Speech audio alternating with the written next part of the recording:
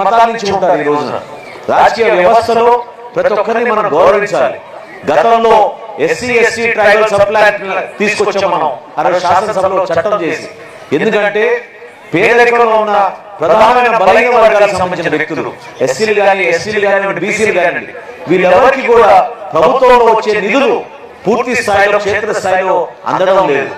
అందుకనే ఆ రోజు ఒక అద్భుతమైన చట్టం తీసుకొచ్చి ట్రైబల్ సప్లాన్ అన్నాం, ఎస్సీ సప్లాన్ అన్నాం. వాటి నుంచి నిధులు మన రాష్ట్ర బడ్జెట్ లో పెట్టినప్పుడు ఖచ్చితంగా మన ప్రాంతాలను మనం అభివృద్ధి చేయాలని మనం చూపించాం. కొలిపర మండలం మీరు పోయి ఒకసారి చూడండి. ఎస్సీ గ్రామాల్లో పల్లెల్లో ఏ విధంగా ప్రతి ఒక్క చోట కూడా సిమెంట్ రోడ్లు వేసి మనం నిర్మాణం అద్భుతంగా చేసాం. ఎందుకు మనం చేసుకోలేము?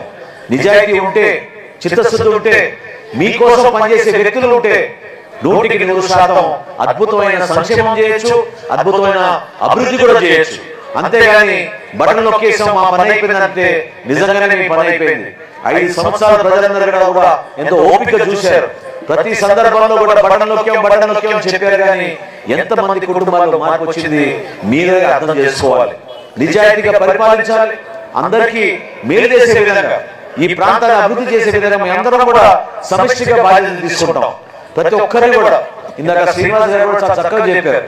నిజంగా మీ తరఫున మాట్లాడే వ్యక్తులు ఈ విధంగా నిలబడినప్పుడు మనం గుర్తించాలి.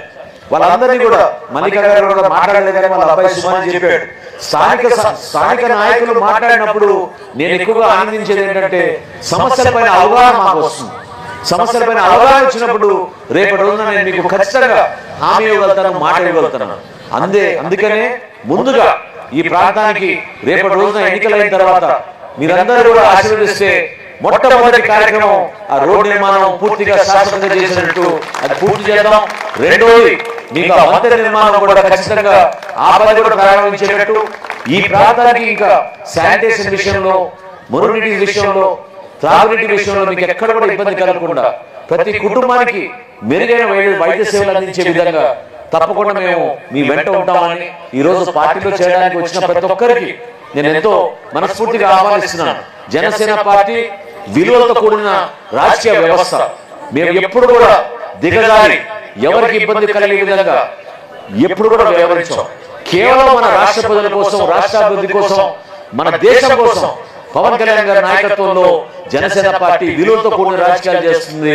దాంట్లో మీరు భాగస్వాములు అవుతున్నందుకు మిమ్మల్ని అందరినీ కూడా మనస్ఫూర్తిగా ఈ రోజున ఆహ్వానిస్తూ చక్కటి అవకాశం కల్పించారు.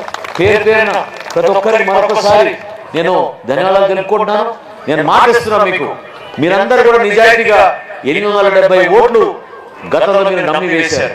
ఈసారి ఓట్లు ఎన్ని వస్తాయని కాదు, మీరు ఒక మంచి అభ్యర్థిని, నాలాంటి వ్యక్తిని మీరు గెలిపించుకుంటే 100% అభివృద్ధి చేసి సంక్షేమం చూపించి మీకు ఇంకా మన తెలంగాణ ముందుకు తీసుకెళ్తామని ఈ సందర్భంగా తెలుపుకుంటూ రాబోయే రోజుల్లో జనసేన పార్టీ, తెలుగుదేశం పార్టీ కలిసి ఉమ్మడి పోరాటం ఈ రాష్ట్రం కోసం మంచి ప్రణాళికతో ప్రభుత్వం తీసుకొస్తాం. మీరందరూ కూడా ఆశీర్వదిస్తారని ఈ సందర్భంగా కోరుకుంటూ సెలవు తీసుకుంటున్నాను. జై జనసేన, జై జనసేన.